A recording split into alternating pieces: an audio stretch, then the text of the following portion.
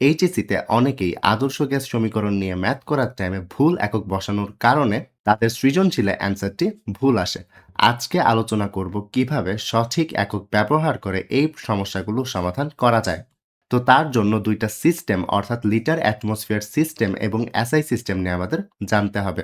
Litre atmosphere সিস্টেমে আর এর যে মান সেটা হয় 0.0821 লিটার এটিএম পার মোল পার ক্যালভিন।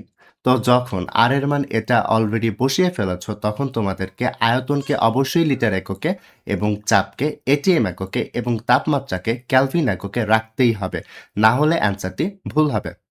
অর্থাৎ আর এর মান যদি আমরা এটাকে চুজ করি তখন আমাদের আয়তনের মান রাখতে হবে লিটার এককে, চাপকে এটিএম এ এবং তাপমাত্রাকে ক্যালভিনে।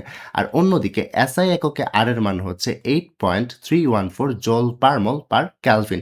সেক্ষেত্রে আয়তন রাখতে হয় আমাদের মিটার কিউব এককে, অন্যদিকে চাপকে রাখতে হয় পেস্কেল এককে অথবা নিউটন পার মিটার স্কোয়ার এককে এবং তাপমাত্রাকে রাখতে হয় ক্যালভিন এককে।